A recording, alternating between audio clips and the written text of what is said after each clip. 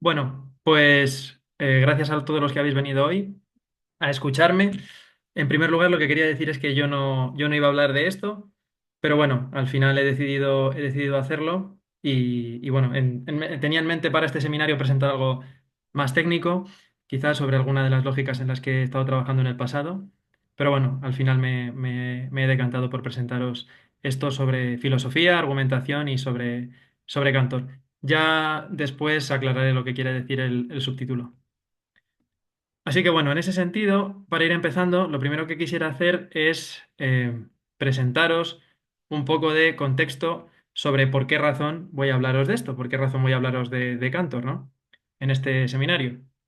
Y bueno, la primera razón es una preocupación pedagógica que tengo desde hace tiempo y que compartimos todos. Y es, bueno, había puesto en principio qué debemos enseñar, pero bueno, lo circunscribo a mi experiencia personal y es qué debo yo enseñar a un filósofo y cómo debo hacerlo, ¿no? Este es el cuarto curso en el que ya, cuarto, sí, si no me equivoco, va a ser el cuarto año académico en el que imparto lógica uno y diferentes asignaturas de lógica. Y bueno, siempre lo he hecho en la Facultad de Filosofía. Y en particular también estoy impartiendo lógica a gente del doble grado en filosofía y ciencias políticas, ¿no? Ese es el contexto en el que estoy. Y bueno, esa preocupación docente pues me ha llevado a preguntarme, a hacerme esta pregunta que muchos os habéis hecho ya y a tratar de buscarle las vueltas, ¿no? a la planificación docente. Y también surge otra preocupación, que es una preocupación más íntima, quizá más propia, que es una preocupación investigadora, que es sobre qué debo pensar y si eso está relacionado con el hecho de que esté en una facultad de filosofía, ¿no? Em, También, bueno, agradezco a Enrique en su momento que tuvimos una conversación sobre esto, bueno, la motivación o la necesidad de situarse, ¿no? En el contexto en el que uno está, pues a veces también es importante. Entonces, bueno, había esa también preocupación investigadora sobre hacia qué es más conveniente dedicar los esfuerzos de uno y bueno. A raíz de eso volví a pensar un poquito en lo que a mí me interesaba cuando era un estudiante de grado, cuando todavía no me había especializado tanto y bueno, para tratar un poco de reconectar o de acercar la filosofía un poco al día a día. Y en ese sentido, pues siempre me interesó saber o intentar entender o clarificar qué es lo que hacíamos cuando hacemos filosofía. También el problema del significado y relacionado con esto, cómo significan las proposiciones filosóficas. Y también, fundamentalmente, si existe algún criterio de demarcación entre lo que es el pensamiento filosófico y otros tipos de pensamiento abstracto, como puede ser, por ejemplo, el matemático, ¿no? Entonces, el hecho de estar aquí en este proyecto de investigación en Fidelo, la verdad es que estoy muy agradecido de formar parte porque me ha dado la oportunidad de volver a pensar en estas cuestiones, en estos temas que me preocupaban, ya digo, hace no tantos años, ¿no? Entonces, bueno, mi objetivo para hoy es simplemente mostraros que para traer de vuelta la lógica a la filosofía, que es, creo, si no me equivoco, uno de los objetivos, creo que el objetivo central del proyecto Fidelo, en la redacción del mismo, digo, para hacer para traer de vuelta la lógica a la filosofía, creo que pensar en estos términos en los que yo también solía pensar de criterios de demarcación entre pensamiento, razonamiento, argumentación filosófica y pensamiento, razonamiento, argumentación matemática, es fundamentalmente un error. Entonces, en ese sentido, me gustaría un poco presentaros, antes de entrar en lo que sería el análisis de la argumentación de Cantor, algunas concepciones del razonamiento matemático, de la argumentación matemática y de los argumentos de la argumentación que de alguna manera pueden limitar la manera en la que pensamos y que en cierto modo también yo mismo he compartido e indirectamente me han influido y he pensado a través de ellas pues, durante estos años, ¿no? Entonces, bueno, iré explicando en qué consiste y para que se vea más claro. En primer lugar, es esta idea bueno, que habéis visto seguro en el handout, del formalismo, el inferencismo, pero también en cierto sentido un excepcionalismo. He puesto todos los ismos que podía porque sé que a Mara no le gusta, pero bueno, sencillamente veréis que son simplemente etiquetas que sirven para designar lo que se seduce o se desprende de unos textos que hablan sobre matemáticas, sobre lógica, etcétera, ¿vale? Así que son etiquetas, pero obviamente no significan nada más allá de una abreviatura para poder referirnos a esas caracterizaciones o esas concepciones de la lógica, ¿no? Entonces, bueno, en ese sentido, traigo aquí esta cita de Wittgenstein de las investigaciones filosóficas, donde él dice que había una determinada figura que le tuvo cautivo, está refiriéndose al Tractatus, y no podía salir, decía, porque esa figura residía en nuestro lenguaje y éste parecía repetírsela inexorablemente. En este sentido, cuando Wittgenstein habla de figuras, está refiriendo a una determinada concepción del lenguaje. Entonces, bueno, traigo la cita porque yo voy a hablar de una determinada concepción del razonamiento matemático y de la argumentación matemática y también de lo que son los argumentos, ¿no? Pero bueno, en primer lugar, em, voy a entender por esta idea de excepcionalismo una idea o este concepto de excepcionalismo, una idea que podemos encontrar ya en un autor como Hume, y es la siguiente, ¿no? La idea de que, bueno, como vais, os leo la cita si queréis, porque, en fin, tenemos tiempo y esto es un ambiente como relajado y no me importa perder un poco de tiempo leyéndolo. Para convencernos de la proposición donde no hay propiedad, no puede haber injusticia, solo es necesario definir los términos y explicar la injusticia como una violación de la propiedad. La proposición, ciertamente, no es sino una definición imperfecta. Ocurre lo mismo con aquellos aparentes, y esto es lo importante, ¿no? Razonamientos silogísticos que se pueden encontrar en todas las regiones del saber, salvo en las ciencias de la cantidad y número. Y estos pueden tranquilamente, creo, considerarse los únicos objetos propios de conocimiento y demostración. O sea que esta idea que he llamado excepcionalismo simplemente está basada en la intuición o el prejuicio o la creencia en que hay un razonamiento incierto, inseguro, que está en el resto de todas las ciencias, en todas las regiones del saber, salvo en las matemáticas, que se caracterizan, se distinguen por el hecho de que en ellas se demuestra, ¿no? Esas argumentaciones, esos razonamientos no están en las matemáticas porque las matemáticas es esencialmente la ciencia de la demostración, ¿no? Entonces todos esos razonamientos quedarían fuera y es en las matemáticas donde está pues em, el, em, la ciencia de los objetos de conocimiento y de demostración, ¿no? Bien, lo segundo que quería la segunda concepción a la que quería, digamos, referirme es la del formalismo de Hilbert. En este caso, bueno, formalismo quiere decir mucho y es un término muy cargado históricamente y en filosofía de la lógica, claro.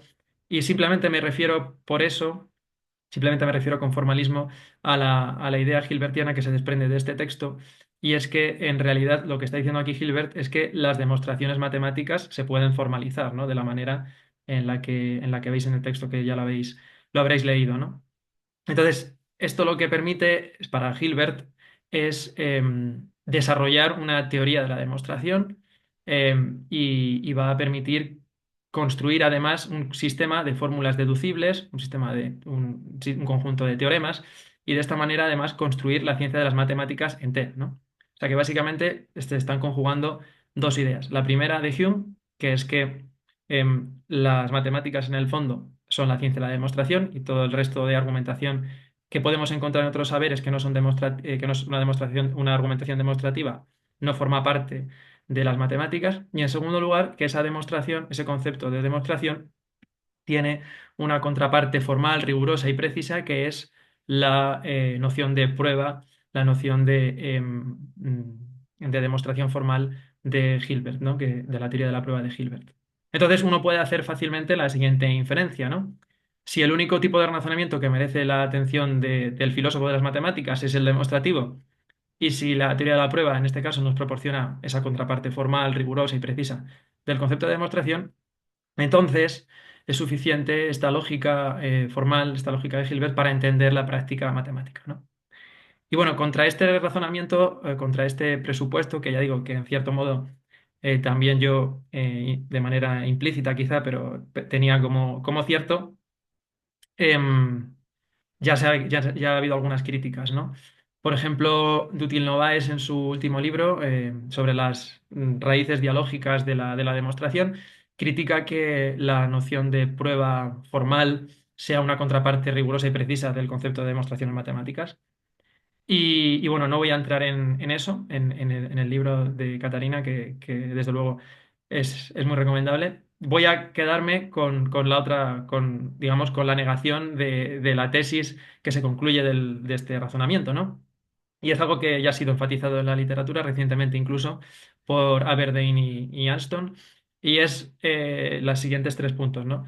El primero, que es que la lógica formal se ha visto frecuentemente como la única disciplina desde la cual es posible analizar la argumentación matemática, que yo creo que es cierto y tendría su explicación o sus raíces en estas preconcepciones que he destacado, ¿no? Del excepcionalismo y del formalismo. Y de hecho, si uno busca sobre argumentación matemática en la bibliografía de la teoría de la argumentación en español que están escribiendo José Alhambra y Huberto Marrot, verá que solamente hay 5 artículos de un total de 133 páginas, creo, que hablan sobre la argumentación en matemáticas, y 4 de ellos se refieren a los usos de la argumentación en el aula de matemáticas, cómo podemos utilizar la argumentación para para para analizar el contexto pedagógico en las matemáticas, y solo uno, que tiene que ver con la argumentación visual, realmente analiza el papel de la argumentación en las matemáticas, ¿no? Lo cual me pareció un poco sorprendente cuando lo comprobé. Pero bueno, se da esta constatación de que parece que es la única manera de analizar la argumentación matemática, y también se afirma, como yo también considero y creo que es cierto, obviamente, que es necesaria esta lógica formal para la comprensión completa de la propia práctica matemática, ¿no? Y lo que concluyen Aberdeen y Alston es que no es suficiente, que hay aspectos importantes de razonamiento matemático que se asemejan estrechamente a los patrones de razonamiento en dominios no matemáticos, ¿no? Entonces, esta es una de las razones por las que también he tratado o sea, os he traído hoy a Cantor, y es que, bueno, quería ver hasta qué punto ese razonamiento que puede haber filosófico, ese razonamiento que hay en Cantor, que no solo es matemático, se asemeja al razonamiento filosófico habitual, o que la filosofía ya más conocemos. Y bueno, por esa razón, también conectando un poco con las inquietudes iniciales que os mencioné, ¿no? O sea que básicamente esta es la primera idea, ¿no? Que quizá el razonamiento matemático se asemeje en cierto sentido a lo que hacemos en otros dominios no matemáticos, a pesar de que no sea muy enfatizado en la literatura, ¿no? Bueno, y para ilustrar este punto, os he traído también una cita aquí del matemático Poincaré, que me parece muy interesante, y dice lo siguiente, ¿no? Si uno está presente en una partida de ajedrez, no bastará para la comprensión del juego saber las reglas para mover las piezas, ¿no? Esto solo permite reconocer qué movimiento se ha hecho conforme a esas reglas, y ciertamente este conocimiento tendrá muy poco valor. Y dice aquí provocativamente Poincaré: y esto es lo que haría un lector de un libro de matemáticas que fuera solo un lógico, ¿no? Comprender el juego es enteramente otro asunto, es saber por qué el jugador mueve esta pieza y no otra que podría haber movido sin romper las reglas del juego. Es percibir la razón interna que hace de esta serie de movimientos sucesivos un todo organizado. ¿Vale? Bueno, y este es la cita, ¿no? de Poincaré, de su obra del 13. Entonces no quiero entrar en lo que sea el razonamiento, simplemente voy a asumir de manera un poco acrítica que se puede exteriorizar por medio de una argumentación. Lo que pase en las cabezas, pues en ese sentido creo que está más allá de mis capacidades o del interés quizá de la filosofía. Quizá también tendría que ver con psicología, o incluso el proyecto de la lógica natural que Enrique está trabajando, pero asumo entonces que el razonamiento se exterioriza por medio de una argumentación. Y también asumo que para una comprensión completa de la práctica matemática, entonces, si esto es así, se necesita una teoría de los argumentos, ¿no? Así que, ¿qué teoría de los argumentos? Bueno, creo que voy a ir un poquito más rápido, tampoco quiero aburriros, pero básicamente aquí es donde entra en juego esta idea del inferencismo, ¿no? Que este palabra no es mío, así que ahí tengo excusa. Es de Marrot, bueno, lo ha introducido en varios lugares, pero por ejemplo en su último artículo, el del 2024. Y bueno, la idea es que hay una cierta concepción de la argumentación que se puede denominar inferencismo, y que está ejemplificada en el siguiente texto de Descartes, ¿no? Em, lo que dice Descartes aquí, que ya habéis leído en el handout, supongo, es que todas las cosas que pueden caer bajo la esfera del conocimiento humano o sea, las cosas que podemos llegar a saber, se encadenan de la misma manera que se encadenan las demostraciones matemáticas de los geómetras, ¿no? Esa es la concepción, digamos, de la argumentación como un conjunto de inferencias, ¿no? Una cadena de inferencias una tras otra. Una argumentación consistiría principalmente, básicamente en eso. Em, el núcleo del inferencismo, entonces, según Huberto, es que una agente, una persona está autorizada a inferir una conclusión de un conjunto de premisas si y solo si la conclusión se sigue de las premisas. Donde se sigue designa, en este caso, una relación entre proposiciones que va a depender de la forma de las proposiciones involucradas y que suele explicarse en términos de la transmisión de la verdad, es decir, que hay una cierta relación de lo que podríamos llamar eh, consecuencia lógica, ¿no? Y bueno, en realidad también hay un punto de contacto entre lo que está diciendo aquí Guberto y lo que John Woods también habla en su artículo Logic, la lógica naturalizada, bueno, no tiene fecha, él está en su página web, no sé cuándo lo escribió, pero la verdad es que recomiendo su lectura, está muy, muy interesante el artículo. Y él distingue ahí entre el consequence having y el consequence drawing, ¿no? Y para él, la lógica se ha centrado principalmente en lo que es el consequence having, es decir, en el conjunto de enunciados o de fórmulas que se siguen, de hecho, de otras, ¿no? Y no en el conjunto de consecuencias que los agentes de alguna manera infieren o deducen del conjunto de consecuencias. Veremos que la palabra de inferir y deducir está en cierto sentido cargada ya con esta preconcepción de la argumentación, pero ahora lo matizaré, ¿no? Entonces, para ilustrar un poco lo que hacen los agentes ordinarios, las personas normales, ¿no? Lo que hacemos cuando argumentamos y cuando discutimos, y lo que parece que haríamos en una concepción inferencista del razonamiento de la argumentación, nos invita a imaginar qué ocurriría si hubiera unos científicos naturalistas de otro planeta que llegaran a la Tierra para analizar nuestras prácticas argumentativas, ¿no? Y da un ejemplo sobre unos antropólogos extraterrestres, ¿no? Entonces, para John Wood, os lo voy a leer porque es interesante, estos antropólogos extraterrestres se quedaron perplejos al descubrir la convicción con la que de manera generalizada se sostenía el dogma de que el razonamiento premisa-conclusión resultaba fallido cuando no era deductivamente válido o al menos inductivamente fuerte, ¿no? En el sentido técnico que la palabra propio de las ciencias, en el sentido técnico propio de las ciencias estadístico-experimentales, ¿no? O sea que parece que hay un dogma por el cual estamos siempre diciendo que los argumentos son buenos porque si no son válidos en el sentido fuerte deductivo, sí que apoyan, sí que permiten, hay una relación inferencial fuerte, ¿no? Lo que más les sorprendió a los antropólogos era la ausencia absoluta de algún signo de reconocimiento de tal supuesto principio en el comportamiento de la población objeto de su estudio, ¿no? La mayor parte de los razonamientos que superaban la evaluación y eran obviamente aceptados como buenos, en ese ámbito no cumplían ninguno de estos estándares. Así que los visitantes tenían dos posibilidades. Podían menospreciar a sus sujetos humanos como auténticos perdedores en términos absolutos en el juego de razonamiento, o podrían rechazar la condición de validez deductiva o fortaleza inductiva como un requisito general para la actividad de sacar conclusiones a partir de premisas, ¿no?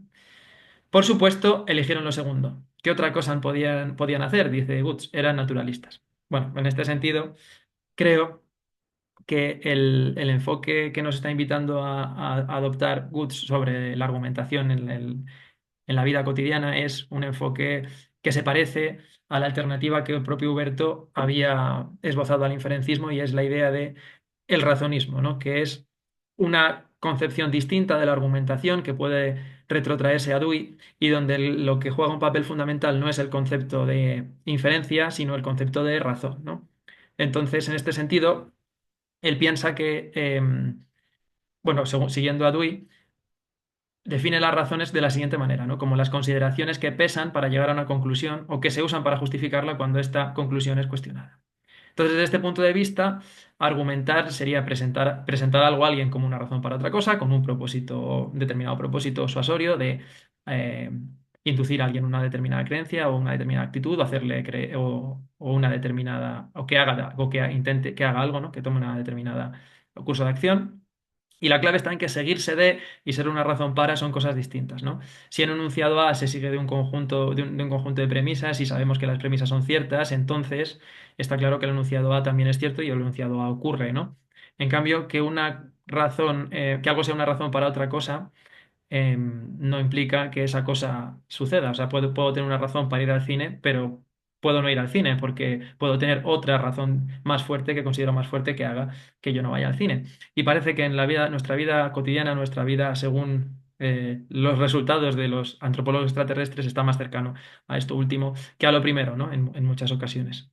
Entonces la idea es que las razones, a diferencia de las inferencias, son ponderables, ¿no? Entonces es una, una actividad natural del razonamiento y de la argumentación cotidiana el estar todo el rato ponderando razones, ¿no? Obviamente, si yo sé que de un determinado conjunto de premisas se sigue una conclusión, pues eso no es más, la inferencia no es más o menos fuerte, la inferencia se da o no se da, pero parece que, el concepto de argumento con el que trabajamos diariamente o con el que nos manejamos diariamente es más comparativo eh, y que por tanto tiene juega un mayor papel el hecho de que sea ponderable.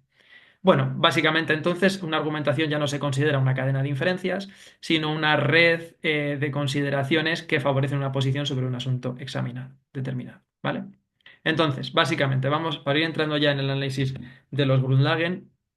eh, Aunque he recortado bastante, ¿vale? Habéis visto en las diapositivas, en el handout, perdón, que iba a hablar de más argumentos, no solamente del argumento trascendental, que es en el que me voy a centrar sobre todo, sino había argumentos por las consecuencias que mencionaré, pero había también metaargumentación, había argumentos por analogía, iba a hablar un poquito de ellos, pero en principio voy a centrarme, como estamos en el seminario Fidelo, en las posiciones más filosóficas. Entonces, en primer lugar, la orientación argumentativa de los Grundlagen desde este punto de vista, entendiendo entonces que es una consideración, o sea que realmente tenemos que entender que el texto es un conjunto de consideraciones que favorece una posición. La posición argumentativa a que quiere Cantor trasladarnos es que debemos extender el concepto de número más allá del infinito, ¿vale? Más allá del concepto del infinito, más allá del infinito, es decir, que hay números, ya explicaremos en qué sentido, que son números infinitos.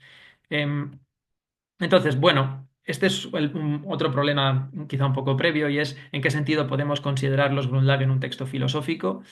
Eh, Está claro que no parece que haya criterios, no estamos de acuerdo entre todos, yo creo, los que trabajamos en una facultad de filosofía, incluso dentro de la misma facultad, yo creo, en cuáles son los criterios que permiten definir al texto filosófico como perteneciente a un determinado género. No sería fácil decir lo que tienen en común los distintos modos de hacer filosofía. Pero sí es cierto que, en cierta manera, se puede decir que la argumentación sí que es una práctica característica de la filosofía, aunque no sea ni definitoria ni identitaria y tampoco exclusiva, ¿no? Esto es lo que Luis Vega llamaba hipótesis mínima en cuanto a las relaciones de argumentación y filosofía. Y yo creo que esta hipótesis mínima se puede concretar de tres formas, de tres maneras. La primera es, bueno, un texto puede ser considerado filosófico si lo que hace es presentar una consideración crítica de la normatividad vigente de una determinada práctica, ¿no? Esto es algo que también ha escrito Paula, como ha comentado Paula Olmos en un artículo suyo sobre la normatividad, y es la idea de que hay un cierto nivel de normatividad, de explicitud de la normatividad, del más alto, que es cuando, bueno, los miembros de una determinada práctica empiezan a cuestionar, digamos, cuáles son los principios que gobiernan esa práctica desde un punto de vista epistémico, ético, etcétera, ¿no? Entonces, en este sentido, bueno, los matemáticos en un punto discuten acerca de métodos, principios y argumentos que son relevantes para la obtención del conocimiento matemático, ¿no? Y eventualmente esa discusión puede llevar a cabo una modificación de los estándares de racionalidad de esa práctica. Entonces, en ese sentido, no solo en matemáticas, sino en cualquier otra disciplina, puede considerarse un texto filosófico. Y claro, naturalmente, el texto de Cantor es un texto filosófico en este sentido, porque en el fondo se está, discutiendo la posibilidad de nuevos principios, como veremos después, de nuevos métodos y de nuevos argumentos relevantes para el conocimiento matemático, ¿no? Y este es el sentido también en el que creo que hablábamos de debates filosóficos en el proyecto Fidelo, ¿no? También hay otra manera de concretar la hipótesis mínima y es que podemos preguntarnos si se emplean las maneras de argumentar que son típicas de la filosofía, ¿vale? Porque aunque yo creo que es cierto que los filósofos no solamente se restringen a una serie de argumentos y ya está. Sí que hay muchos autores que ya han tratado de identificar cuáles son los argumentos típicos de los filósofos y, por ejemplo, Gilbert Ryle creo que señalaba la reducción al absurdo. Bueno, tenemos los argumentos trascendentales, los diálogos de carácter más socrático. También em, no recuerdo el nombre del autor, pero en la retórica de la filosofía se llama el artículo. Comentaba que, por ejemplo, los argumentos ad hominem, tanto en la forma de estás, estás cometiendo un determinado error lógico, como en la forma de una crítica personal, son característicos también de la filosofía, y también las acusaciones de petición de principio. Y ya habéis visto que Cantor, por eso la he señalado, hace tanto reducción al absurdo como acusación de petición al principio. Y de esta manera esto también se vincula con lo primero, porque en cierto modo la atribución de una petición de principio y la reducción al absurdo son formas de meta-argumentar, ¿no? Que tiene que ver con la discusión de los principios, argumentos relevantes, ¿no? Entonces, bueno, esta es otra segunda posibilidad y en este sentido creo que también se ve claro que Cantor está haciendo filosofía en su artículo porque argumenta como un filósofo. Y entonces, bueno, creo que ahí también se ve. Y la tercera es la más complicada y es, bueno, realmente en un texto que pretende ser filosófico, se dan cuenta y razón de tesis filosóficas. Y aquí, claro, pues tenemos la dificultad de saber o de tratar de elucidar qué es una tesis filosófica, ¿no? O si existen tesis filosóficas, ya sabéis que Wittgenstein pensaba que no existían, pero bueno, asumiendo que existen, asumiendo que las hay, porque si no las hubiera, bueno, quiero decir, ¿qué sería decir que no existen tesis filosóficas? Claramente, ¿no? Entonces, bueno, tampoco quiero entrar ahí y tampoco quiero mucho menos ofrecer una serie de criterios que permitan identificar cuándo estamos delante de una tesis filosófica porque no los tengo, ¿no? Entonces, lo que sí diría es que tengo esta intuición o lo que a mí me sucede es que cuando estamos ante una tesis filosófica me sucede esta idea también de Wittgenstein de que, bueno, ocurre cierta neblina mental, ¿no? Cierto asombro por el que no puedes entender, ¿no? Tienes ahí te da como un choque, ¿no? de intelectual el escuchar una tesis filosófica. Y esta idea creo que puede de alguna manera hacerse más tangible con la propuesta de Johnston del 59 en su texto Filosofía y Argumentación, cuando afirma que las proposiciones filosóficas carecen de significado al margen de los argumentos que las sustentan, ¿no? Que más que, quizá más que no sean significativas, sino que para entender el alcance o la profundidad o la significación de una tesis filosófica se necesita la argumentación que la sustenta, ¿no? Así que más razón entonces para una teoría de los argumentos en este caso, ¿no? Bueno, voy a partir entonces de esta idea de tratar de averiguar en Cantor cuáles son las proposiciones que si no las busco si no las encuadro en una argumentación no puedo entender, ¿no? Para ver si hay filosofía. Entonces voy a tratar de responder a la tercera pregunta, ¿no?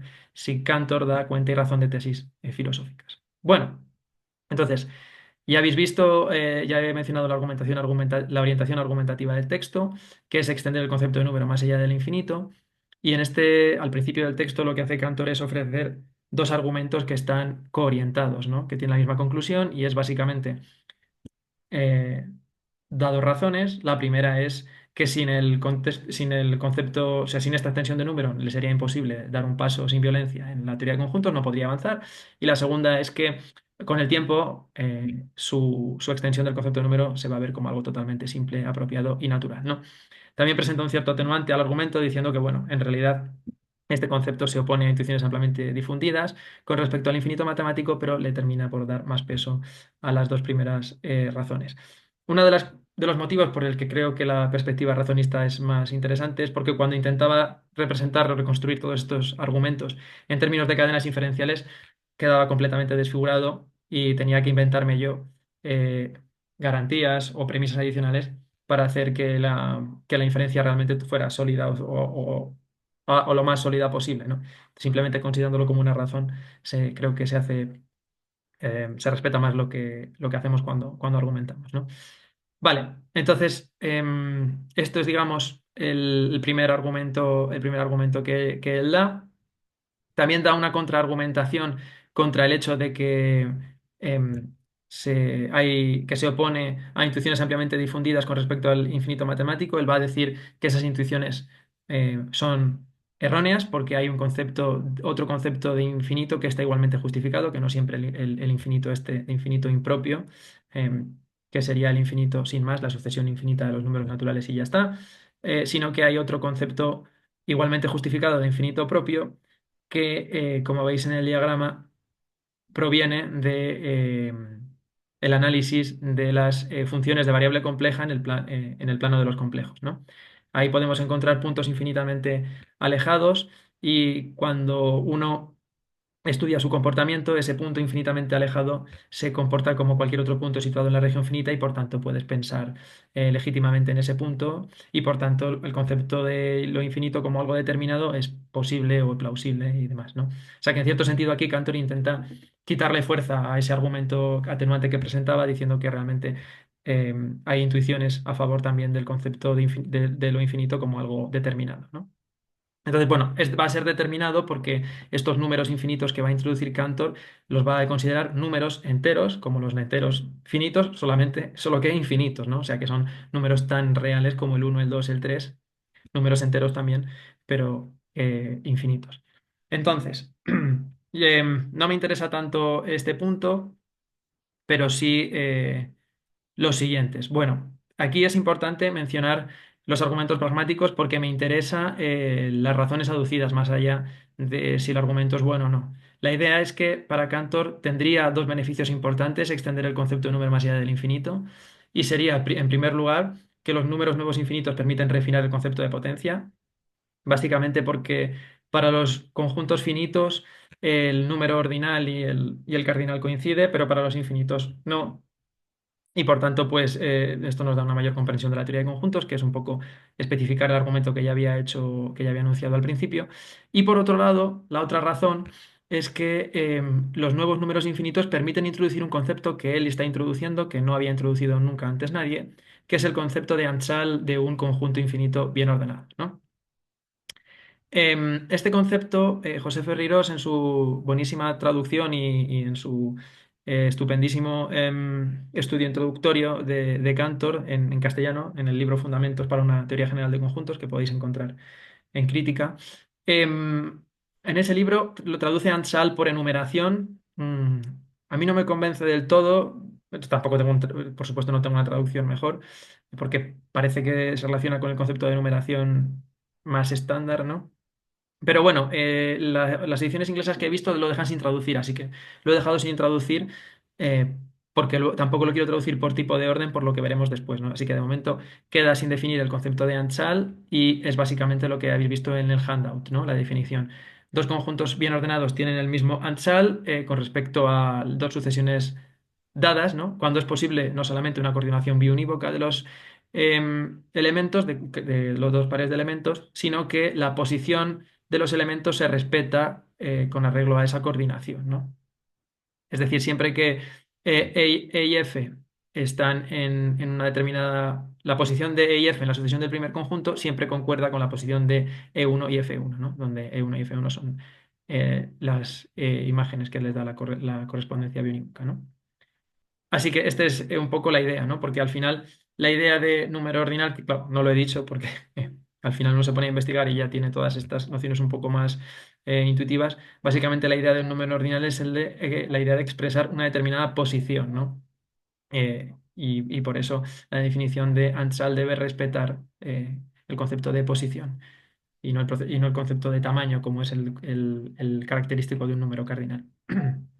Bueno, pasamos entonces a lo que es la parte más interesante o más filosófica, que es el tema del argumento que para Cantor garantizaría que los números transfinitos son verdaderos números. Aquí hay más de un argumento, no solamente está el argumento trascendental que voy a presentaros, sino también está diferentes argumentos por analogía. Podemos hablar de él en las preguntas o, bueno, para otra ocasión. Pero bueno, es que me puse a hacer diapositivas y la verdad es que se me fue y creo que no, creo que es demasiado, demasiado contenido, entonces me prefiero centrar aquí. Bueno, la primera cuestión es una de la reconstrucción que hace el propio Ferreiros de la argumentación de Cantor, ¿no? Y es el problema está ligada con el problema de la referencia de los ordinales infinitos, ¿no? De acuerdo con Ferreiros, uno de los argumentos de Cantor a favor de que los ordinales infinitos son verdaderos números es que ellos tienen una referencia clara, dice Ferreiros, en términos de conjuntos infinitos bien ordenados, ¿no? Pero entonces, ¿qué quiere decir que tienen una referencia? Bueno, En cierto sentido, el hablar de una referencia puede hacernos pensar en una determinada concepción del significado, que es la concepción agustiniana del significado, que claramente, como ya sabéis, está expuesta al principio de las investigaciones filosóficas. Y la idea es que cada palabra tiene un significado y que ese significado está coordinado con la palabra y que el significado es el objeto por el que está la palabra, ¿no? Entonces, alguien podría entender leyendo este texto que los números ordinales infinitos son verdaderos números porque existe un objeto por el que están, ¿no? Porque tiene una referencia clara, ¿no? Podría interpretarlo de esta manera. Y de hecho, las definiciones estándar de número ordinal o de tipo de orden, en realidad, pues hacen pensar en este tipo o sea, hacen creer en este tipo de interpretación, de lectura, ¿no? Por ejemplo, en este libro de Michael Potter, que es el que tenía por casa, sobre teoría de conjuntos y su filosofía, se dice que un ordinal es el tipo de orden de un conjunto bien ordenado y el tipo de orden no es otra cosa que un conjunto, una clase de estructuras. Así, el tipo de orden de un buen orden dado es el conjunto de estructuras que son isomorfas a ese buen orden, ¿no? Por tanto, en este caso, podríamos decir que la referencia del número ordinal es un conjunto, una clase de estructuras, una clase de buenos órdenes, ¿no? Entonces, en este sentido, volviendo a traer un poco las investigaciones filosóficas, Wittgenstein afirma que lo que designan las palabras, más que en otros sitios, se debe buscar en el modo de uso, ¿no? Debemos ir al modo de uso, esto se mostrará en el modo de uso de la propia palabra, ¿no? Entonces, cuando uno se pregunta cuál es el modo de uso de los ordinales infinitos, incluso dentro de del propio artículo de Cantor, en realidad lo que está diciendo Cantor es que el nuevo número omega es una expresión de la colección completa que está dada regularmente conforme a a su sucesión natural. Es decir, el número omega no está sustituyendo a ningún objeto, no está representando nada, sino que simplemente está expresando que una determinada colección de objetos se da conforme a su sucesión natural, ¿no? Que es simplemente omega, la sucesión natural de los números naturales, del uno hacia adelante, ¿no? Porque Cantor considera a partir del uno, al menos en este artículo. Así que en este sentido no habría ningún objeto por el que está omega y no habría que ir a buscar una referencia en ese sentido. De hecho, para Wittgenstein, las expresiones de la forma la palabra designa algo son descripciones del uso de las palabras, ¿no? Y como una descripción del uso de las palabras he encontrado la siguiente, ¿no? Cuando Cantor está explicando cómo usa él sus términos. Lo que está diciendo Cantor es, él lo está diciendo en esta reseña de 1885 que hace de una obra de Frege, y dice lo siguiente: llamo potencia de un conjunto de objetos al concepto general bajo el cual caen todos y solo aquellos conjuntos que son equivalentes a ese conjunto. Está definiendo lo que es para él, en este caso, más bien los cardinales, ¿no? Y entiendo por Anchal, y aquí introduce número ordinal, por Anchal o número ordinal de un conjunto bien ordenado, el concepto general bajo el cual caen todos y solo aquellos conjuntos bien ordenados que son similares a ese conjunto, ¿no? O sea que básicamente aquí está diciendo, lo que está haciendo Cantor no es darle una referencia en el sentido de señalar al objeto porque sustituye al nombre y el nombre es, su significado es el objeto, sino que lo que está haciendo es explicar a quien no lo sabe cómo se usa esa palabra, ¿no? Entonces, aquí vuelvo a retomar, a recuperar a Wittgenstein. La palabra significado se usa ilícitamente cuando se designa con ella la cosa que corresponde, entre comillas, a la palabra, ¿no? Esto es confundir el significado del nombre con el portador del nombre. O sea que de alguna manera los matemáticos, los filósofos de la lógica, hemos sido capaces de encontrar un portador para el nombre omega, definir una clase de estructuras que podemos llamar omega, pero eso no significa que el significado de omega sea un objeto que existe. Y por tanto, en cierto sentido, aquí puede haber una cierta crítica a esta idea de el realismo matemático actual y demás, ¿no? Con la idea de que quizá los nombres designan objetos, ¿no? En este caso parece que eso implicaría una confusión entre portador del nombre y el uso del nombre, ¿no? Bueno, y también señalar que en este caso veis que las definiciones de Ansal y de potencia pues, ahora parecen muy parecidas porque en el fondo los dos refieren a clases de estructuras, ¿no? El número cardinal de un determinado conjunto, pues es aquella estructura, aquella clase de conjuntos que son que tienen el mismo cardinal, ¿no? Entre los que se puede definir una relación biunívoca, ¿no? Y en cambio, el concepto de número ordinal de un conjunto refiere a, o sí, quiere decir el conjunto de estructuras de buenos órdenes que son isomorfas entre sí, ¿no? Así que parece que en realidad no son cosas muy distintas, que puedo llamar a las dos cosas números, y en el fondo parece que son cosas muy similares, pero vemos que su uso es muy diferente, ¿no? Entonces, a veces al asimilar las descripciones de las palabras se consigue dar la impresión de que se usan para cosas parecidas y en realidad no es así, ¿no? El uso de las palabras es completamente distinto porque el ordinal refiere, como he dicho, tiene que ver con la posición y el número cardinal con la cantidad, ¿no? Bueno, yendo al argumento trascendental, dejando un poco este problema de la referencia, aquí veis exactamente que de hecho el propio Cantor utiliza la palabra expresar, no dice en ningún momento referir. Dice, el ansal de un conjunto infinito bien ordenado queda expresado siempre por un número completamente determinado de nuestro dominio numérico ampliado, y el concepto de ansal de un conjunto infinito bien ordenado recibe una representación inmediata concreta en nuestra representación, en nuestra intuición interna, y por tanto queda aprobada la realidad que yo afirmo para los números infinitos, ¿no? Em, en este caso, bueno, creo que aquí hay resonancias kantianas evidentes. De hecho, en el handout os puse la propia palabra Anschauung, que es la de intuición interna, que es la palabra que utiliza Kant. Entonces, bueno, no sé por eso lo llamé argumento trascendental a este argumento, porque me parece que es bastante obvio. La segunda premisa que forma la primera, la razón que da para probar la realidad de los números, que esto claramente es una tesis filosófica en ese sentido, ¿no? Que los números infinitos son reales, es una tesis de las que a mí me produciría este espasmo intelectual, ¿no? Esta neblina intelectual. ¿Qué quieres decir con eso? Entonces, la primera premisa, la segunda premisa, ya digo, no encuentra motivación, no encuentra justificación más en el texto. Yo he intentado buscar en la crítica de la razón pura algo parecido a eso, y creo que puede tener en mente Cantor algo así como que el concepto de ordenación de un conjunto, de numeración de un conjunto, es una, es un trascendental, simplemente es una condición del tiempo, ¿no? De la intuición interna que es el tiempo. Y entonces, bueno, quizá está intentando justificar por ahí, ¿no? Como es una propiedad de la intuición interna, pues también tiene que ser no solo ideal, sino irreal, y por tanto lo que cae bajo esa intuición interna también no solo es una representación, sino que es una representación real. En fin, no lo sé, porque tengo bastante oxidado a Kant, pero creo que esta es la justificación. Por aquí tendría que ir la justificación que no hace Cantor en el texto. La primera premisa, en cambio, sí que tiene más justificación, ¿vale? Y la cuestión es, bueno, ¿cómo sabes, Cantor, que siempre hay un número que determina completamente el ansal de un conjunto infinito, ¿no? Pues lo que hace es la siguiente justificación. Él dice que para cualquier enumeración que encontremos, que tengamos, siempre podemos encontrar un determinado número ordinal que es igual a la sucesión de todos los números que la preceden, ¿no?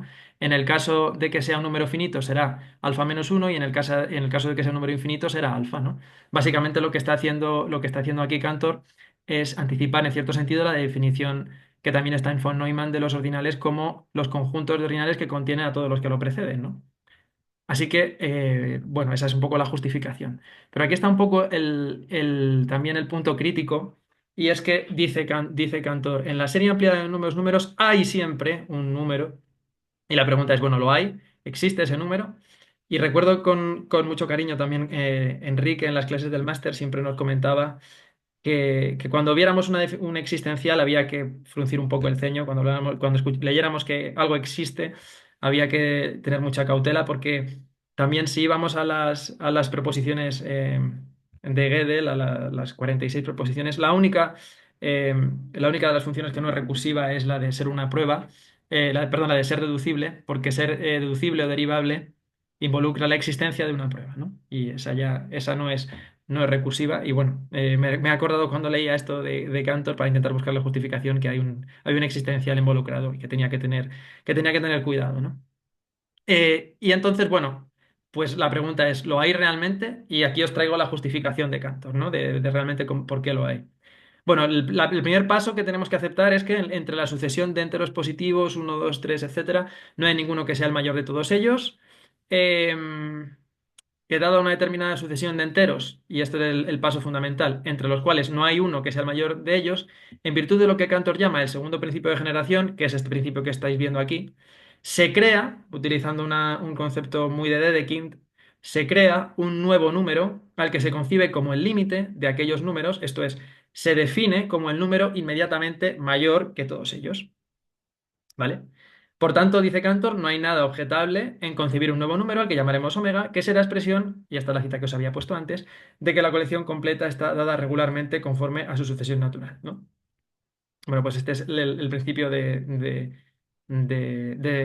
segundo principio de generación de los números, ¿no? Tenemos la serie infinita de los naturales que no tiene un máximo, pero dice Cantor que no hay nada objetable en, bueno, crear un nuevo número que sea simplemente el límite de aquellos números y que definimos como el que es inmediatamente mayor o inmediatamente siguiente, quizá sería mejor el que ocupa la posición siguiente a todos los naturales, diría yo, mejor que todos ellos, ¿no?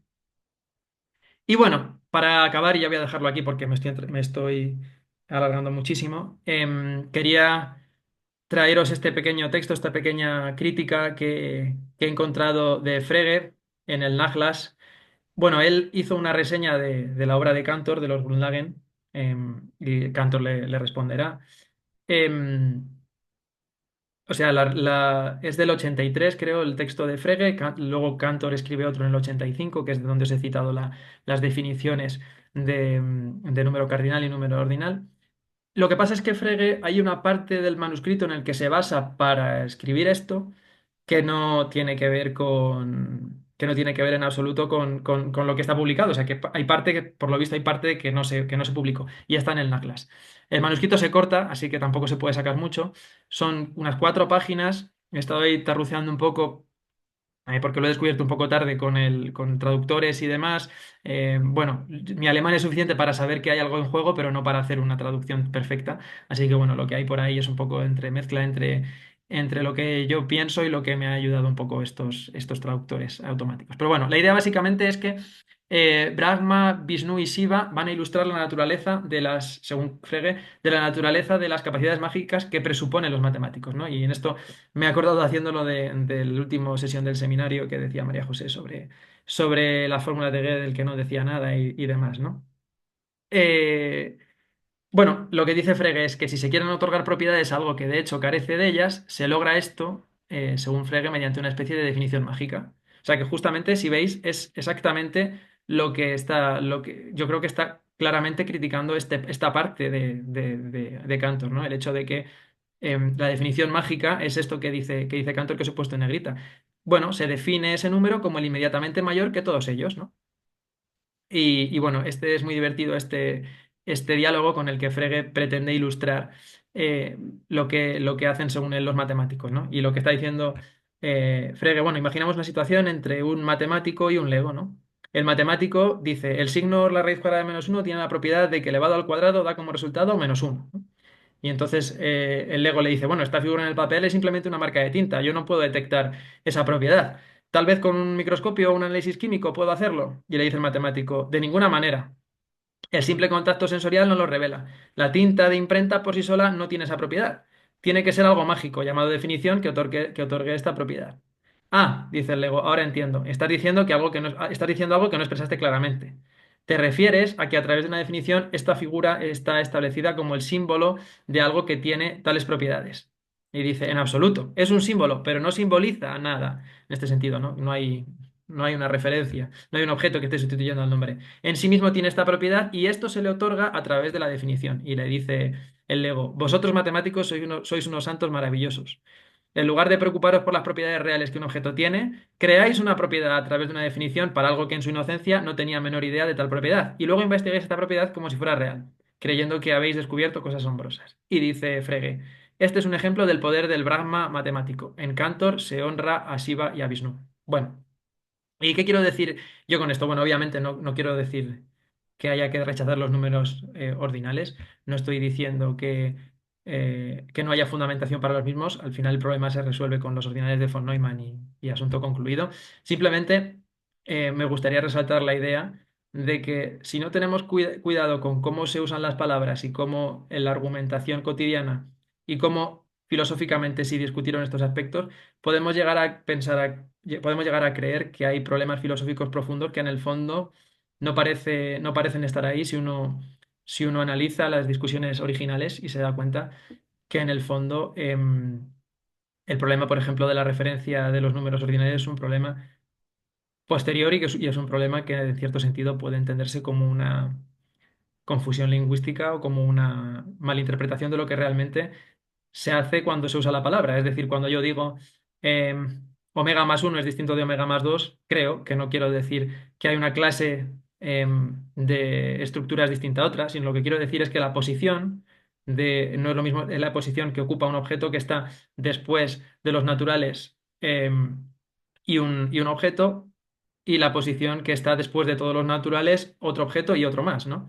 Creo que tiene que ver con eso, con el uso en el que le damos a las palabras y no tanto con los significados entendidos como los objetos, ¿no? En fin, espero que me perdonéis por esta charla tan confusa, fuera un poco de lo que he venido haciendo. Puedo, por supuesto, volver, si así lo convenéis conveniente, a daros la turra con cuestiones más técnicas, pero bueno, hablaba antes también Enrique de las guerras de las galaxias. Creo que de hecho escribió un artículo, él, o sea, una charla suya estos días, no sé si para la Academia Mexicana de Lógica, puso algo así como ¿cómo era? El proyecto de la lógica natural, una nueva esperanza. No sé si la gente pilló la referencia, yo sí la pillé.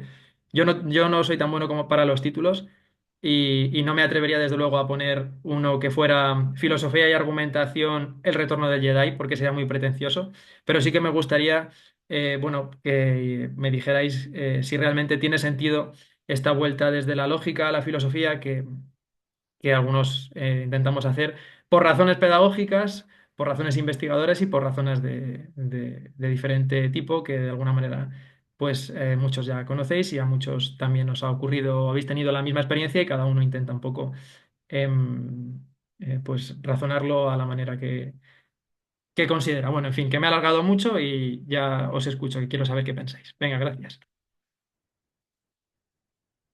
Voy a dejar de compartir.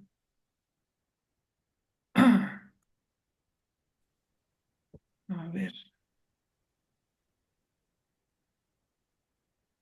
no sé cómo. Eso no, no encontraba. Aquí está. Aquí está. Bueno, que alguien por fin controle las preguntas. Yo voy a estar tomando notas y eso.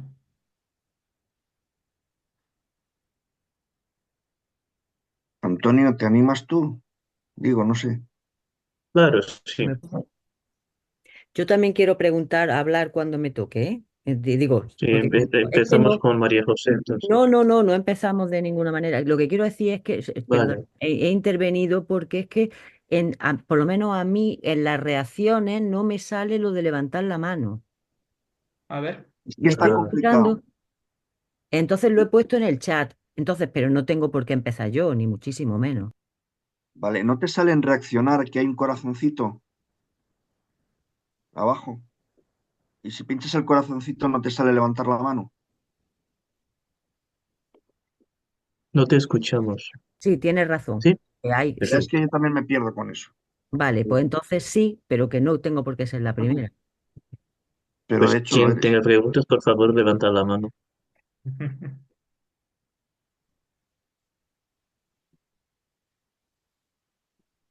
No, que empiece María José. Yo si Sí, acaso voy después.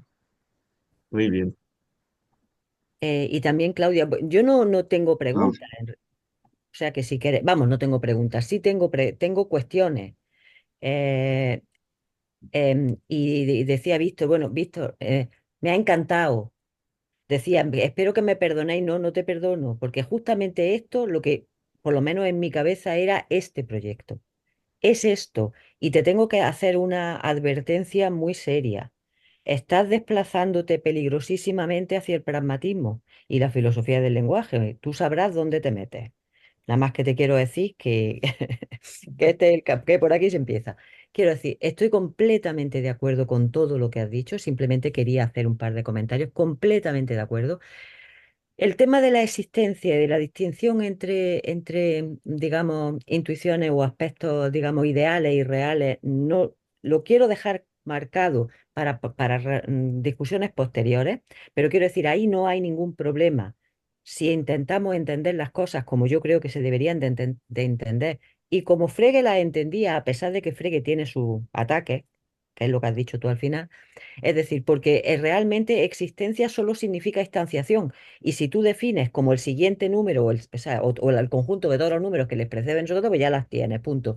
Lo que pasa es que cuando pensamos en existencia tenemos la tendencia a pensar en esta cuestión de referencia como si fuera la conexión de una palabra con un objeto, que es su portador, que tú mismo has dicho que no te parece que sea lo razonable y has utilizado a Wittgenstein, efectivamente. Estoy completamente de acuerdo. Por tanto, ese mismo camino te va a permitir que este tema de la existencia en matemáticas se te disuelva, sin que al disolverlo se pierda ni un ápice ni de profundidad filosófica ni de profundidad matemática, en absoluto, ¿eh? O sea, que, es decir, que aquí no estamos perdiendo nada. Ahora, tengo que decir una cosa así con un poco de pena, es mi adorado Frege, a veces de verdad es para matarlo, porque lo que pasa es que el hombre estaba intentando, eh, como si dijéramos, discutir en la frontera, pero fijaos, entendió mal a Cantor y entendió mal a Hilbert, y sin embargo, en otros aspectos de su trabajo, hacía cosas similares a las de Cantor y cosas similares a las de Hilbert. O sea, esto del Naglas está un poco, choca un poco con lo que él dice en los fundamentos de la aritmética. Y además es muy sorprendente porque mucha gente le ha criticado a Frege. Por ejemplo, que la ley quinta se pudiera utilizar como una especie de definición creativa, que tampoco es eso, ¿vale? Quiero decir que aquí hay mucha tela filosófica que cortar. Me gusta mucho la idea del razonismo. Me hace gracia me hace gracia que lo diga Hubert Marot y me hace gracia esto porque esta es la idea de Brandon y es la idea del inferencialismo clásico y es la idea que además está en Frege. Entonces, y lo que sí también me ha gustado mucho que digas que no hay una demarcación entre los argumentos filosóficos y los no filosóficos. Naturalmente que no la hay. Naturalmente que no la hay, porque la filosofía es un poco la discusión acerca de los fundamentos, en algunos sentidos, acerca de los fundamentos. Por tanto, Cantor está haciendo un argumento, o está trabajando como filósofo ahí, igual que Frege lo estuvo en su momento. Pero lo que sí quiero decir es, si me puede, me da igual, que la ponga o Mm. no, pero estaba pensando eh, em, si puedes poner la diapositiva de esto de la hipótesis mínima de Luis Vega. Em, Porque quiero hacer una cosa, quiero hacer una consideración por si te sirve. Tampoco entiendo el problema con Anchal, Víctor. Eh, Anchal, evidentemente, claro que son números ordinales, y lo que pasa es que los números ordinales transfinitos tienen peculiaridades distintas de los finitos, ¿vale? ¿Entiendes? Que no entiendo por qué ahí hay un problema. Pero bueno, la hipótesis mínima, efectivamente, quiero decir, estaba hablando de las razones y lo interesante, o sea, digamos, el método filosófico es ofrecer razones o lo que sea. Y antes había hablado también de proposiciones y todo ese tipo de cosas. La cuestión es, en lo que dice aquí Luis Vega es la argumentación es una práctica característica de la filosofía. Mm, sí, pero no es característica de la filosofía, es característica de la vida humana. ujú, Porque lo que hacemos los humanos es dar razones, dentro y fuera. Por eso la cuestión del excepcionalismo es más que discutible. O sea, en filosofía hacemos cosas diferentes. Estoy contigo, yo no sé qué hacemos en filosofía. Quiero decir que yo no me pondría a plantearme cuáles son las características que nos definen a los filósofos, a las filósofas, pero que esta forma de decir esto es muy reduccionista. Lo que quiero decir es, la argumentación es una práctica característica de la filosofía, sí, y de cualquier otro tipo de actividad humana, incluso la que hacemos en el bar. No hay ahí ninguna cambio. Y lo que dice Johnston igual, dice, las proposiciones filosóficas carecen de significado al margen de los argumentos que las sustentan. Sí, como todas las demás. Si uno se coloca en una posición razonista o inferencialista, las proposiciones no son más que nudos inferenciales. Y por tanto, una proposición no es más que el nudo que la sustenta. ¿Me explico? ujú. Entonces, me da la impresión de que estoy muy contenta, tengo que decir, porque me da la impresión de que estamos tocando pelo. O sea, y has dicho una cosa muy importante de que tenemos que ver exactamente cómo utilizamos las palabras, vamos a mirar cómo realmente las personas que las propusieron en su momento, como Cantor o como Frege o con lo que sea, qué es lo que querían decir con ellas, etcétera. Yo creo que eso es lo que nos toca como filósofos. Pero cuando uno hace eso, entonces resulta que se nos quitan, afortunadamente, un montón de problemas filosóficos que son artificiales, que son artificiales. ¿Me explico? Mm, Porque entendemos mejor cosas, o sea, muchas veces desarrollamos problemas filosóficos simplemente por la falta de comprensión de lo que estamos diciendo. Entonces, no quiero meterme, en fin, tendríamos muchas cosas que debatir, no debatir, estoy completamente de acuerdo en todo lo que has dicho, ¿eh? Pero simplemente quería subrayar que me ha gustado mucho, que me parece que esta es una manera interesante de perseguir trabajo en filosofía de la lógica y de las matemáticas y que evidentemente no excluye en lo más mínimo el tipo de trabajo formal que también realiza. Eh, y en fin, que me gusta mucho ver que hay mucha afinidad en las posiciones que están manteniendo. Pero no, lo que quiero decir es que muchas veces parece que yo soy un poco extraterrestre, porque digo cosas como si fueran desde fuera, pero no, te das cuenta que si te pones a trabajar dentro de los textos y a discutir y a pensarlos, llega a conclusiones que son algunas veces cosas que yo he podido decir y algunas veces pueden sonar como un poco como un outsider, pero que no es verdad. En fin, muchas gracias por la charla, me ha gustado mucho. vale, pues gracias, María José. Sí, yo creo que por ir, son muchas cosas, pero por ir con lo primero, lo de la hipótesis mínima. Es culpa mía que no he hecho justicia a la charla de Luis, que de hecho está en YouTube y se puede consultar.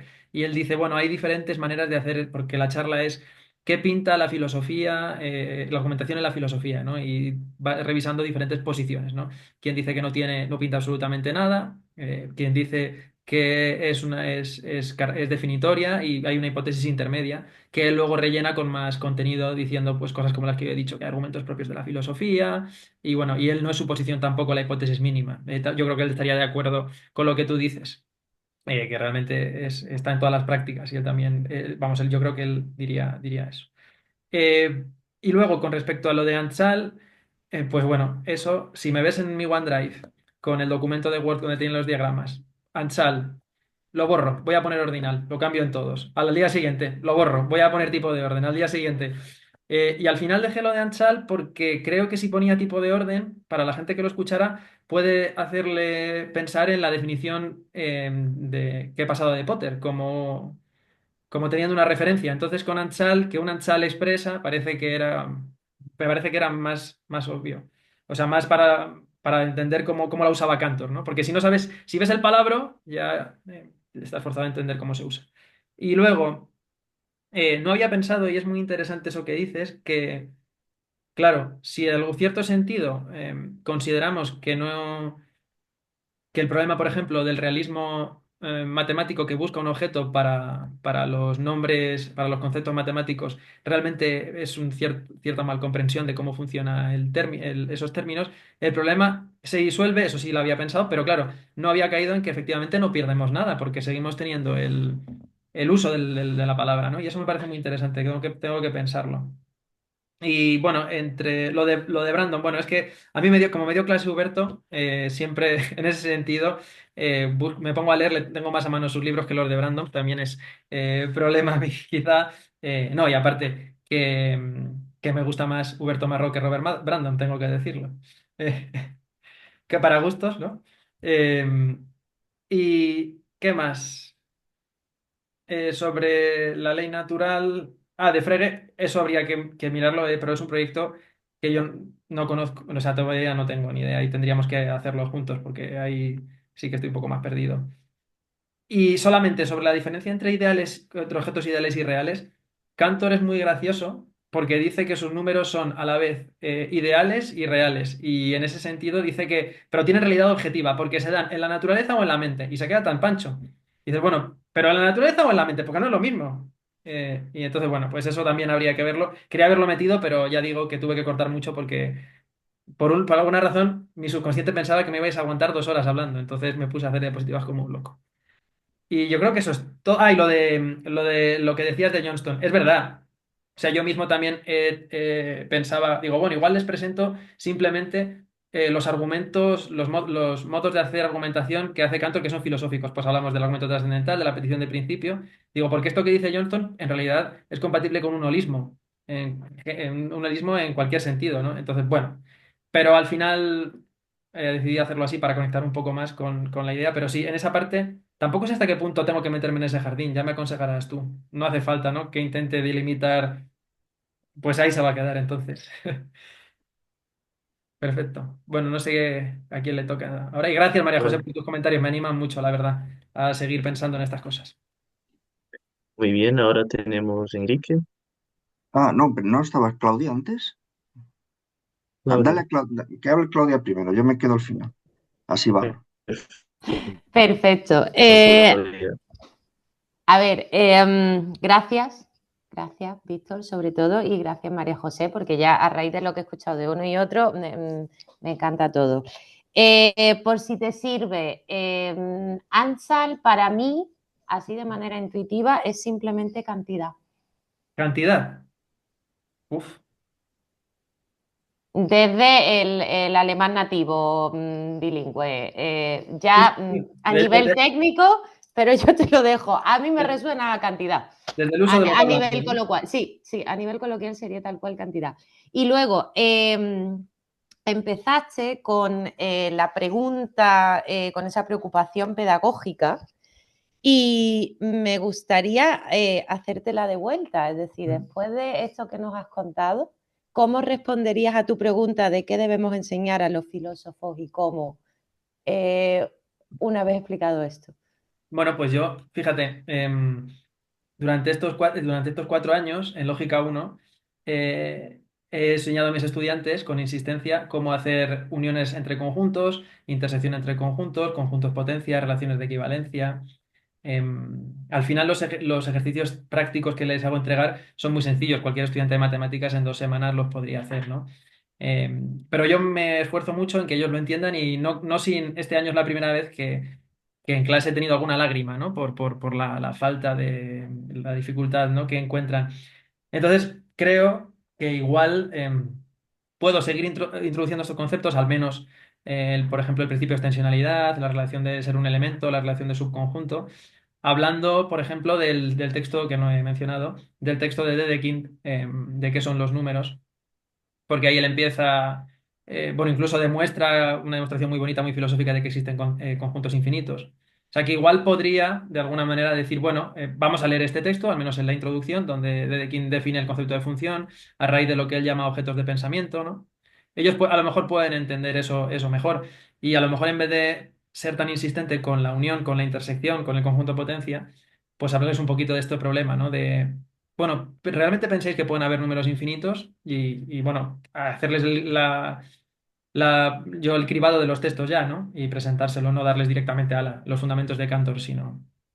Y quizá por ahí, o sea, realmente todo esto viene, ya digo, realmente porque estoy preocupado, porque me apetece, porque quiero que los estudiantes no solo entiendan un poco la cacharrería, sino que sepan hacer filosofía con ella, que es lo que creo que debo hacer también.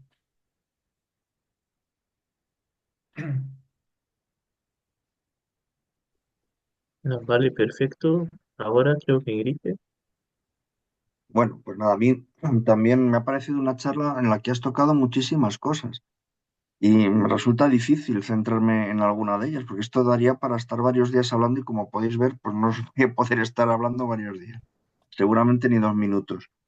Bueno, hay de fondo aquí lo que está, una de las cosas, una de las polémicas que a mí me ha suscitado lo que tú has dicho, es la tensión creciente, que no existía antes, entre teoría de la argumentación y lógica. Y esto al final seguramente lo tendremos que acabar explicando. Yo, quizá yo ya no, pero los que sigan como una cuestión, una batalla disciplinar y que en el fondo es una batalla y punto, y poco más. Quiero decir que al final nos estamos jugando las posiciones en la academia y ya está. Eh, empiezo a ser un poco reactivo, ¿no? Contra algunas de las pretensiones de la teoría de la argumentación, Mm, porque se empezó sentando como un principio bastante aceptado que lógica y teoría de la argumentación hablaban de cosas distintas. No sé en qué momento eso se está perdiendo, porque me da la impresión de que eso se está perdiendo. En el fondo hay algo que a mí siempre me parece que en algunos de los modelos los más conocidos, ¿no? de argumentación, el de Turing, por ejemplo, siempre lo puedes reducir a una suerte de modus ponens. En el fondo estás haciendo reposar algunas de tus intuiciones sobre la argumentación en esquemas que consideras muy seguros, que proceden de la lógica. Dicho de otra manera, la lógica existe con independencia de que no pretenda cubrir toda la argumentación. Antiguamente, seguramente por una deformación de las esperanzas de la lógica, no generadas desde la propia lógica, sino desde la lógica filosófica, que era un invento, desde mi punto de vista es un invento, se consideró que todo argumento tenía que ser un argumento lógicamente correcto. Eso es una chorrada, eso lo sabemos todos, eso no es verdad. Otra cosa es que empecemos a negarle a la lógica un estatus propio, que tengamos intuiciones formales y que esas sean muy difíciles de eliminar. Yo no lo creo. Ujú. Y últimamente me siento un poco atacado en ese sentido. Luego, el tema de la diagramación, pues no sé en qué te ayuda. Yo contra la diagramación también soy un poco reactivo, porque me parece que es una especie de hipostasía, ¿no? de los cuadritos y las flechas, cuando en el fondo basta con explicar las cosas bien. A veces basta con explicar las cosas bien y ya está. Es decir, de qué partes consta un argumento. Si Ujú. quieres para añadir algo de claridad, vale, de acuerdo. Puede añadir algo de claridad, pero yo no lo tengo tan claro, valga la redundancia. Y luego, por último, simplemente es para poneros en conexión, porque es un tema muy bonito. Pablo, tú y yo hemos estado hablando esta mañana de algo que Víctor acaba de decir ahora. Esto es así. ¿Hasta qué punto hay algo de invención, ¿no? en matemáticas que tiene que ver con un uso libre del entendimiento en términos kantianos que conduce y genera paralogismos, por ejemplo? ¿Vale? Que eso simplemente es para poneros a vosotros en contacto. En el caso que has mencionado, a mí me cuesta, porque a raíz de la conversación esta mañana con Pablo y de mis intereses en lógica natural, yo estaba pensando simplemente en algo que he estado trabajando estos días, que son modelos finitos y lo que es la Finite Model Theory. Bueno, bien. Y me preguntaba, ¿hasta qué punto puedes construir, y esto es técnico, el orden estricto de los naturales sin una cierta concepción de una noción de infinito en acto? Es decir, si el primer orden al transfinito, omega. Esto es técnico, ¿vale? Esto ya si quieres lo dejamos. Porque sabes que no puedes nunca satisfacer el orden de los naturales, el orden estricto de los naturales sobre cortes, secciones finitas de los naturales, ¿vale? Entonces, bueno, ¿de qué modo esa no es tanto una fabricación, una construcción, como algo que en el fondo manejamos de alguna forma intuitiva? Pero bueno, es una pregunta, reconozco que es técnicamente complicada. Las otras dos sí que me interesa más tu opinión. Y muchas gracias, ¿eh? Nada. No, a ver, pues también son muchas cosas. Lo de que tenemos la intuición, obviamente, o sea, yo creo que está claro, ¿no? Que efectivamente hay enunciados o proposiciones o afirmaciones que se siguen de otras en un sentido lógico y que somos muy buenos captándolo. No creo que en ese sentido tenga que ver, o sea, no creo que ahí haya un ataque o eso se esté negando en ningún momento. Me parece, ¿eh? No lo sé. Es la diferencia que decía Woods entre consequence having y consequence drawing, ¿no? Que, o sea, normalmente en la lógica, obviamente, yo creo que cuando hago un sistema formal, lo que hago cuando aplico las reglas del cálculo es simplemente sacar las consecuencias que se siguen de esos enunciados, ¿no? Pero tiene que ver a lo que hago cuando estoy razonando cotidianamente porque tiene más que ver con lo que he comentado. En cuanto a las posiciones en la academia, pues, a ver, me están grabando. Pero bueno, yo sí estoy de acuerdo. Y bueno, lo que pasa es que uno en cierto momento tiene que, tiene que responder a las preocupaciones en cuestión, o sea, cuestión de prioridades, ¿no? A mí me preocupa mi docencia, me preocupa mi investigación y me preocupa en cierto sentido lo que pienso que creo que debo hacer o para lo que estoy contratado, cómo soy más útil. Y en cierto sentido mi posición, y eso que yo no, como sabéis, tampoco soy estable, ni mucho menos, pues no puedo estar a todo, quiero decir, quizás si estuviera pensando solamente en mi posición académica, habría presentado otra cosa o estaría pensando en hacer otras cosas y no meterme ahora en estos jardines, así porque sí, ¿no? Quizá continuando con otras cosas podría. Pero bueno, ya digo que me están grabando, no quiero decir mucho más. En cuanto a la diagramación, pues Efectivamente, tampoco creo que sustituya a una clarificación, una explicación de lo que creo que podía haber hecho la presentación perfectamente sin incluir la diagramación. No creo que aporte nada nuevo. Lo único que a mí me ha servido mucho para saber cómo era el argumento y o sea, intentar hacer la diagramación me ha servido para entender mejor el texto, pero no porque piense que una vez que lo he entendido lo puedo explicar mejor utilizando la diagramación, creo que lo puedo explicar igual. Pero para mí ha sido útil, digo igual, pues ahí lo pongo. Pero no tengo ningún fetichismo con la diagramación en absoluto en ese sentido. Y sobre lo de Pablo, es curioso la relación con Kant, porque el propio Cantor también parece que está diciendo que está en contra de Kant, o sea, él critica a Kant, porque él piensa que Kant no estaría de acuerdo porque él lo que está haciendo es, al final, buscar el cierre de una totalidad, ¿no? Que es lo que Kant decía que no se puede hacer en la antinomia, esta, creo que es la del mundo, ¿no? Decir que existe el mundo es buscarle algo condicionado a lo incondicionado. Pero hay también, te la puedo pasar, Pablo, en la propia obra de Ferreiros, eh, él transcribe una carta que creo que es Cermelo, sí, me parece que es Cermelo, en la que Cermelo comenta que Cantor está interpretando mal a Kant. O sea, que Kant no estaría de acuerdo quizá con el uso conceptual que está haciendo, sino más bien que lo que dice Kant se restringe solamente cuando tú intentas dar un inicio o una explicación al mundo en general, ¿no? A la totalidad en general, no en este concepto. Que, en fin, a eso ya es cuestiones de filosofía también y de cuestiones de filosofía trascendental que tampoco están un poco al margen de lo que yo controlo, pero a Pablo lo puedo pasar y lo podemos hablar y quizá entre los dos podemos entenderlo un poquito mejor. No sé, ¿algo más que te queda, Enrique, que te he contestado? Es eso. Vale. ¿Vale? En la secuencia tenemos María José. Gracias. Era simplemente, yo estoy también haciendo mi papel, estoy pensando en el proyecto, o sea, más que, y claro, quería por lo menos comentar para que nos vayamos oyendo. Yo estoy de acuerdo con Enrique, yo esta idea de que la lógica y la teoría de la argumentación son la misma cosa, estoy completamente en contra. Lo digo para que quede claro. Y además hay razones objetivas para estar en contra, lo cual no quiere decir nada malo acerca de nada. Es decir, que no estamos criticando a nadie, pero que quiero decir y además esto, lo que voy a decir a continuación conecta también con la idea de la diagramación. Es decir, la lógica en el sentido en que Frege la propuso era un método de representación, un método de representación de la solidez de las inferencias, y esto es lo interesante, y esa solidez se basaba en la naturaleza interna de las proposiciones. Eso no es lo que pasa en teoría de la argumentación.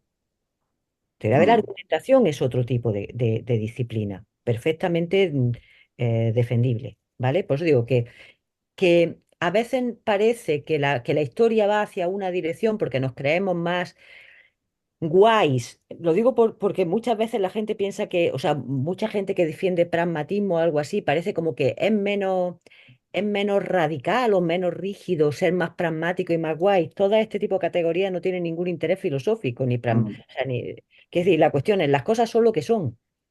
Las cosas son lo que son. Y en teoría de la argumentación puede uno hablar de razones para cosas que no sean relaciones lógicas, que pueden ser formales o no las relaciones lógicas, ¿eh? Quiero decir con esto. Simplemente es para que nos oigamos. Y luego quería decir lo de la diagramación, pero además lo ha explicado perfectamente Víctor. Y os digo, o sea, cuando uno hace las diagramaciones, uno lo que está haciendo es representar con más claridad aquello que uno está entendiendo, o incluso puede optar por tomar una interpretación u otra y desambiguar algún tipo de texto, etcétera. Entonces, lo que sí que os digo es pensemos si cuando hacemos lógica y, digamos traducimos a un determinado cálculo formal, realmente estamos haciendo algo muy distinto. La respuesta es no. Los cálculos son lineales y, digamos, las diagramaciones son en dibujo, son continuas, pero estamos haciendo exactamente el mismo tipo de tarea práctica. Entonces, Ahí, simplemente, ahí está, ahí está, es lo que yo quería decir. Perdona, Mara, es no, un no, instante. que lo que quiero decir es que, Mm. que esto lo decimos porque, Mm. porque estoy muy contenta, porque vamos formando proyectos y vamos formando grupos. Ya está. No, quería simplemente una postilla. Ahí está, tú lo has dado. Los lógicos hemos aprendido con el tiempo que lo que hacemos cuando usamos un lenguaje formal para representar un argumento o un enunciado es una traducción. Por eso hablaba antes de un poco de una suerte de fetichismo de la diagramación. Creo que ellos creen que están haciendo algo distinto, cuando también es una traducción. Y eso es lo que quería, eso es exactamente lo que quería decir. Ojo, cuidado, por estar sustituyendo una cosa cuando ya hemos reconocido que es una traducción, no vengáis ahora a decirnos que lo vuestro es una representación fidedigna, porque no lo es una traducción también. Eso era eso. Sí, sí, yo no lo he dicho, pero obviamente estoy de acuerdo en que la lógica y la teoría de argumentación son cosas distintas y tiene que haber lógica, tiene que haber teoría de argumentación, claro. Lo que pasa es que en mi caso particular, yo en un momento dado me pregunto, quiero entender qué de filosofía hay en este texto o qué razones filosóficas se dan para ciertos tipos de conceptos, ¿no?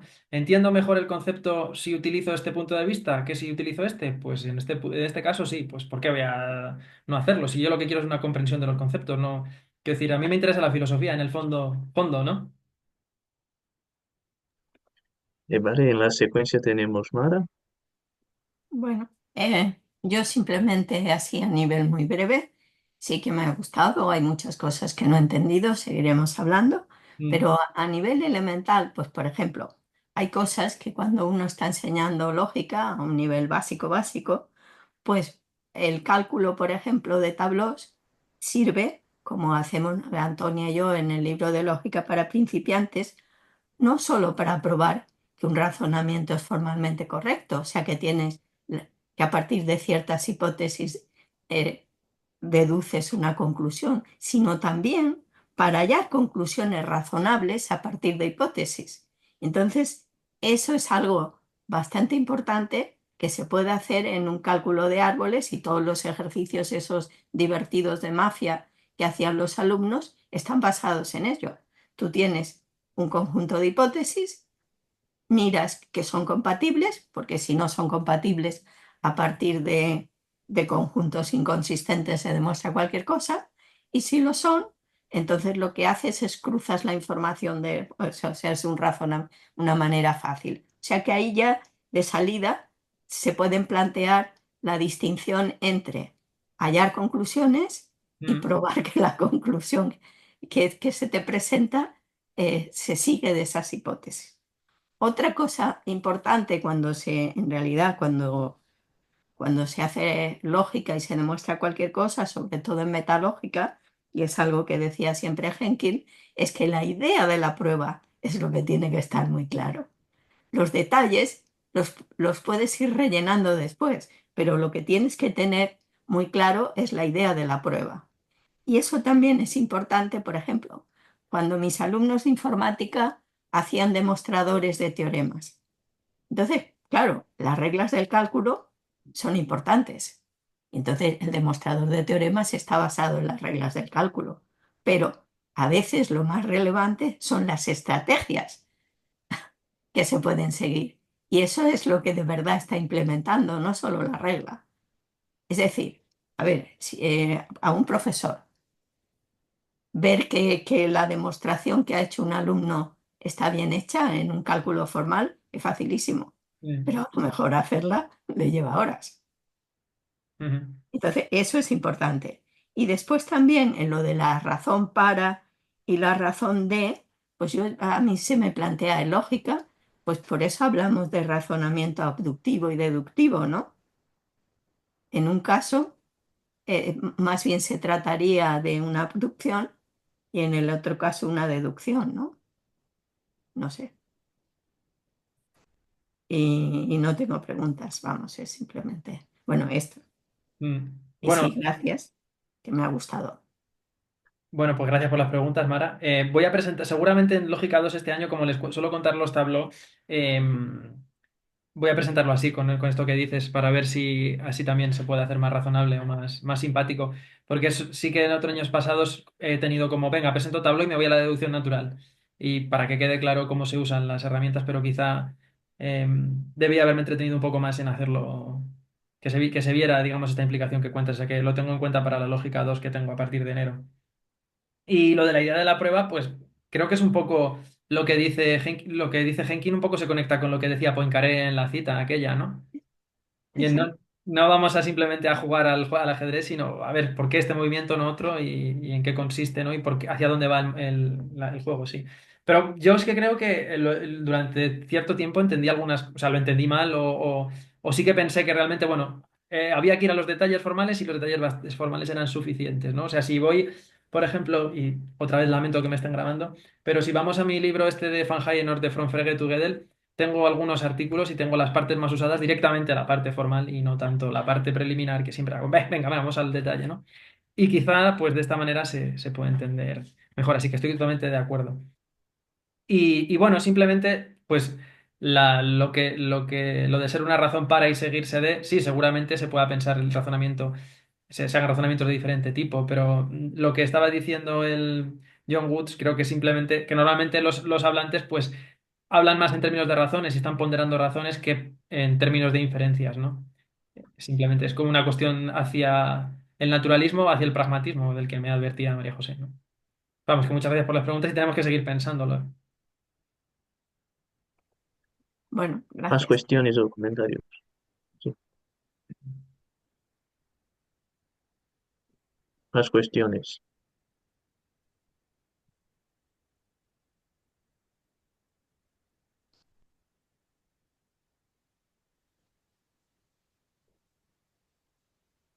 Si no hay más cuestiones, concluimos. ¿Alguien quiere comentar algo más? Bueno, voy a pausar la grabación, ¿de acuerdo?